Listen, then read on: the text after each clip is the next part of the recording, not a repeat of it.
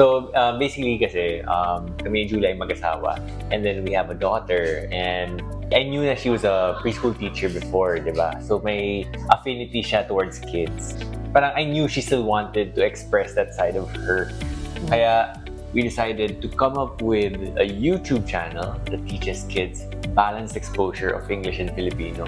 We wanted it to be parang close, personal, and the kids will be able to really see our lips closely so that they can also be able to learn how to speak and express themselves. Hi everyone! I'm Teacher Julia. And I'm Kuya Enzo, Tara, matuto tayo ng English and Filipino. dito sa Kabarangay Content Creator.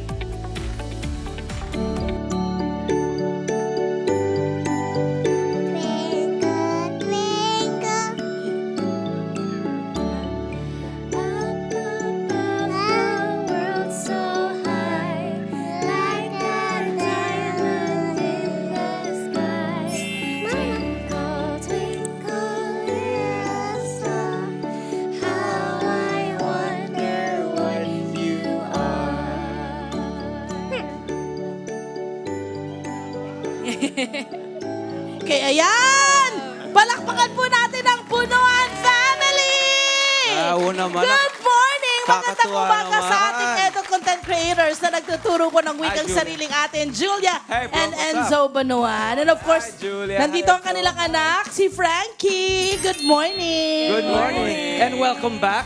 Na rebranded na ang Bonoan Iba na, family. iba na. But you're still into fitness. These two are of course. Yes, still hindi into mawawala. fitness. Suki ito ng Net25 to sina Julia at sina Enzo. At syempre ngayon, iba na ang inyong ginagawa. At ang inyong advocacy talaga namang gustong-gusto ko yan. Gustong-gusto namin ni Ate Love. Would you mind telling us all about the content that you've been creating?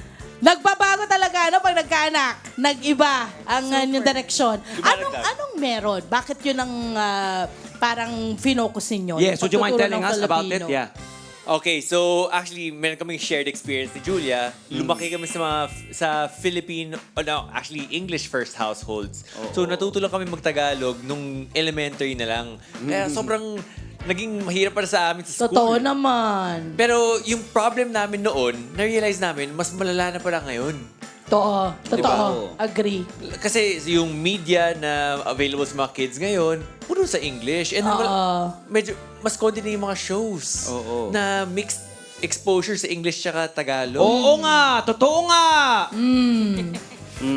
Anyway. So yun po, si Julia po, siya po ay preschool Ay. teacher dati. Kaya Oo naman. sabi ko, alam ko din, you know us from fitness coaching. Yes, yes. Si Julia, alam ko na nandun pa rin yung kanyang passion for kids. So sabi ko kay Julia, why not? May isang need dito sa Pilipinas, which is a show na parang ganito. And then why not?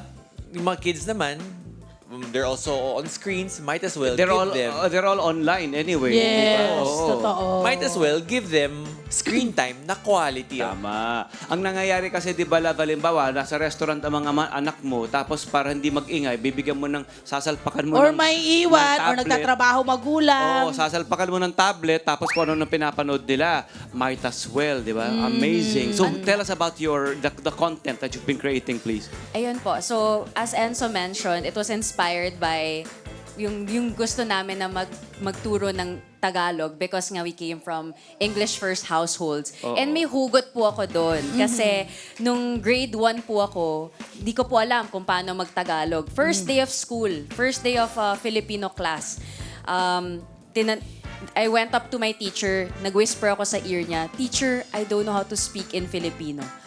Nako, sinigawan pa naman ako ng teacher ko in front of my class. Ha? Filipino ka? Hindi ka marunong mag-Filipino? May ganon. So, So, parang to, yung... private school? It was a private school. Tinan Pero mo, may both hugot ano po. talaga, may gano'n, ano. Siguro ngayon, magandang ano yan, magandang Sinong awareness teacher din yan? magandang awareness yan sa mga guro na parang ang dating kasi ng mga ganong klaseng guro, parang yung mga nanay na boomer and ano, yung parang out of concern, iba yung nasasabi nila. Diba? Yung parang yung worried sila Pero imbes na sabihin yung malumanay, sabihin yung dapat mong gawin ng maayos, ang naiisip nila, ano ba naman yan? Bakit ganun agad sila? Iba na ngayon ang mga Oo, guro, So, no? I'm glad Oo, na may iba na. may ganito ng guro na kagaya mo na will actually parang explain and parang mas nagiging may concern talaga sa yung makikita mo pati sa boses, The hindi ba? matter and the manner. Correct, tama yan, yung tamang Yes. I would say blessing in disguise na rin Oo. siya. Kasi Oo. if that didn't happen to me, I wouldn't have that extra push. Inspiration, naging motivation mo. Oo. Oh. Anong grade level ang tinuturo ng channel nyo? Okay, so we actually target yung mga kids na from toddlers. Nice. Toddlers maybe up to like 5 or 6 years old. Oo. So mostly preschool. Preschool. And, oo. Did you parang try to parang paaralin itong style nyo ng content create? Parang ikaw bilang teacher, parang nag-ano ka ba ng ibang parang idea? Or di ba merong ang mga teacher every year kailangan nilang mag-up ng kanilang skill? May ganun ba kayo din ginawa? Actually po, more of may mga patterns kami na sinusundan. Okay, Kasi okay. online, maraming mga nagtuturo din naman kasi. Okay. Pero nakita din talaga namin na these are the channels na pinapanood ng mga bata. Subalit, Tama. wala lang Tagalog. Ayun! Wala lang English tsaka Tagalog. So, pinattern lang talaga namin. But moreover, okay, now it's English and Tagalog. But at the same time, nilalagyan din namin ng hints of Filipino pride. Oo naman. Nice! May I guess- opportunity na kasi. Oo naman. Namin, the pattern that we follow or yung format na fina-follow po namin, long form video. Okay. Kasi nga, ngayon, uso yung short form. Ganun Kaya lang. doon nagsuscroll yung mga bata, Oo. nawawalan sila ng Pasensya. attention. Oo. Yun po actually hindi recommended sa mga bata. Yung long form, yung short form. Kasi attention span din naman nila, yun din naman, you have to contend with. And then, paano nyo ginagawa ang pagtutulungan kayong mag-asawa sa paggawa ng content? Ay, sobrang So kaming dalawa. as the teacher, si Julia naman yung gumagawa ng main Syllabus, para may syllabus Yes, ka. yes. Siya yung main na gumagawa ng syllabus, yung script. Tapos meron din po kaming mga team na nag-proofread din. Oo, yeah. Oo. Okay. And So, then, we base it off po on what we want to teach our kid at that time. Galing! So for example, yung mga manners, Yes. ganyan, yung mga morals, values, yan yung gusto namin ituro. So yan yung magiging Yeah. lesson namin for the next video. Actually, itong next video natin, ang topic natin is actually more on Filipino pride kasi Filipino pride. buwan ng wika. Itong Oo, Agosto. correct. Oo. At ito, papakita lang natin, my friend, yung video na nag-viral. Ito yung kanilang video na nag-viral. Most viewed daw ito. Kailangan Panoorin natin natin ito. mapanood. Kumusta mga bata? Si Teacher Julia ito. Maari mo bang ikaway ang iyong kanang kamay? Can you wave your right hand? Great job! Nasaan naman ang iyong kaliwang kamay? Can you wave your left hand? Awesome job! Ganda!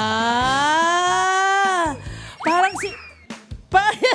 nakikita niyo sarili niya sa TV. Proud daughter. Para kasi Miss Rachel. Yes. Pero yes. Filipino, 'di ba? So yun ang kagandahan nun. Okay, ano yung napansin nyo nung nag-start na kayong magganito ng content? Kumusta? Marami na bang nakapansin? Actually, doon po parang we experienced that friction at the beginning. May Na friction. parang- How do you mean? Kasi In a way, yeah. kahit naman with any content creator naman, kasi sa una, gapang talaga. Totoo naman. Like, is this worth it? Papatok ba to? Pero nung umpisa pa lang talaga, naniwala kami na this is a need. Kailangan talaga. So, even if wala pa masyadong mga views, wala pa masyadong return of investment, we kept pushing pa din until finally, may isang nag-boom na video. And then, nung nag-boom yung video na yun, nag-reach yun sa isang content creator na nanay, nag-post sa TikTok, and then nag-boom pa more Further. through... Yes, so, doon talaga lumalabas yung mga comments, tapos yung mga parents, they're they're sharing videos of their kids, watching our videos. And then talaga namin na-feel na, okay, we're doing something right. Wag natin i-stop to. Kasi Tama. down the line, marami tayong matutulungan na bata. Tama. And more tama. importantly din yung sa daughter namin, nakikita namin yung effect niya sa impact niya dun sa daughter namin. So that's what kept us going talaga. Tama. Alam oo mo, naman. yun eh, pag tama yung puso mo dun sa ginagawa mo, hindi ka dapat huminto. And malalaman mo na may mangyayaring maganda kapag kayo mismo, may concern kayo mismo sa mga tao sa labas. Hindi lang yung sarili nilang Oo anak. naman, Maganda! Anong Maganda mensahe nyo intention. sa mga magulang na possible, totoo yan, maraming nahihirapan na magturo sa kanilang mga anak ng Filipino. Well, I guess number one would be... Follow nyo sila. Follow nyo sila. Follow nyo kami. Ito yung mga dapat pina-follow, mga kabarangay, ha? Itong Sila. influensya ang dapat yung nagpapa-influensya Oo, kayo. Ito talagang dapat na mga tunay na influencer para sa atin. Na dapat yung pina-follow. Yun. Yes. Go Yeah, ahead. so I would say, I would not only sa YouTube channel namin, kasi sa YouTube channel namin, primarily for kids. Yan yung long-form video. Pero pati na rin yung social media Yes, platforms namin, go! Yes, which please. is targeted sa mga magulang and Yes! guardians. Yan. So doon naman sa mga social media platforms namin. So holistic, no? Yeah, the Yes. whole, di ba? Or yung buong home Shebang. or yung family yung gusto Oo, talaga galing. namin sa target. Galing. So we have the content for the kids sa YouTube and then sa TikTok, Facebook, Instagram. Doon po yung for the parents, for the guardians, para ma-supplement nila, matulungan nila yung mga kids nila on Yes. how to actually learn. Hindi naman pwedeng isalpak mo lang yung TV or Oo. yung device Tablet, and then oo. yun na. At saka kagandahan din naman nun, my friend, ang learning naman nagsimula talaga sa tahanan eh. Oo, Agree. Diba? So, yung ginagawa nila, yung tahanan nila, sinishare nila sa ibang mga tahanan din. Ganda. Good job, you. Thank you guys. po. Well done, well Would you like to done. invite them to your channel? Yes, for it. go! Of course. Yes. So, hello po. We would like to invite you sa aming YouTube channel na English and Filipino for Kids. Learn with us and grow with us as we create more videos having more balanced exposure ng English at Tagalog po para sa mga bata. Yeah. Maraming salamat. Thank you. And then, of course, the channel is, what's the name of the YouTube channel? It's English, English and and Filipino Filipino for for kids. Yun yun. Galing nyo. Yun Ang galing yun. Very target na straightforward. target. Tama yung ganon. Tama yung ganon. Maraming salamat! Julie and Enzo, Bunoan! Bunuan family! Si Frankie, ang saya-saya niya. Nag-enjoy siya.